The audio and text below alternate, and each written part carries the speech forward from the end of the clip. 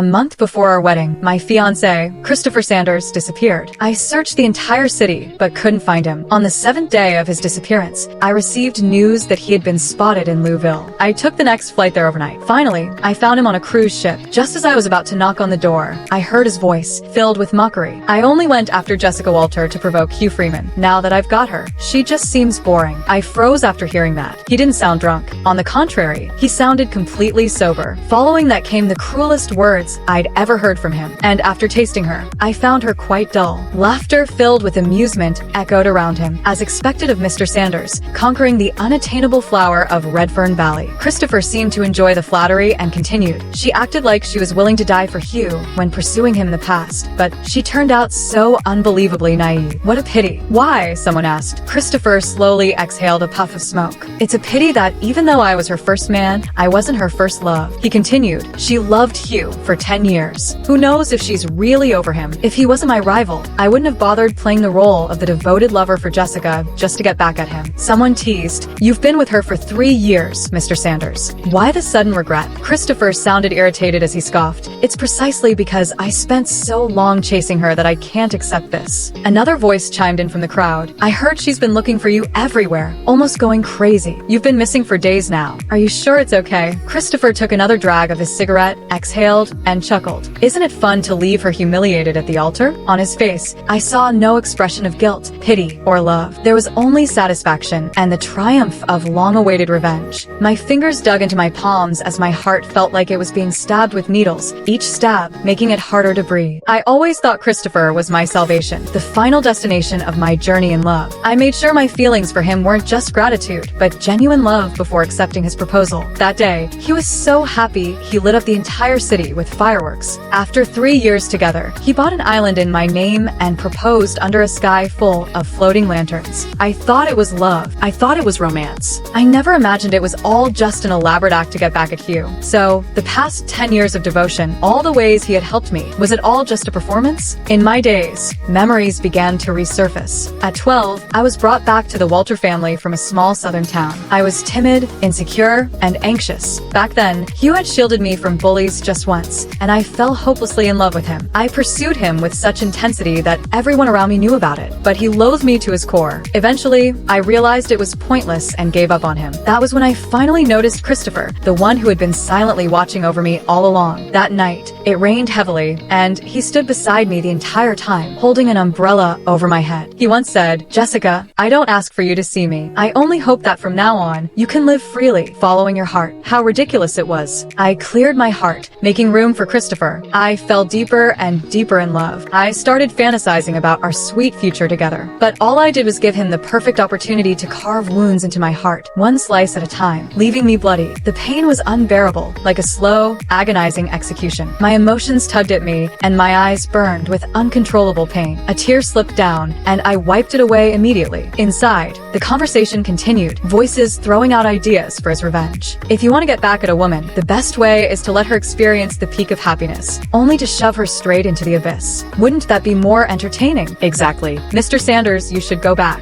Go with her to pick out a wedding gown, send out invitations together, and act like everything is perfect. Then, on the wedding day, leave her humiliated and alone at the altar. I'd bet anything Jessica would lose her mind. The room was filled with sickening laughter. I swallowed my nausea and waited for Christopher's response. I desperately wanted to hear him say, "Don't joke about that. I love Jessica." Or at least tell them that this was too cruel a joke to pull on a woman. But after a long silence, I heard his calm, steady reply, "HM, not a bad idea. Let's do that." A wave of rage crashed down on me, suffocating me. I let out a hollow chuckle, but my tears wouldn't stop running. So, he wanted to play games with me? Fine, I'd play along.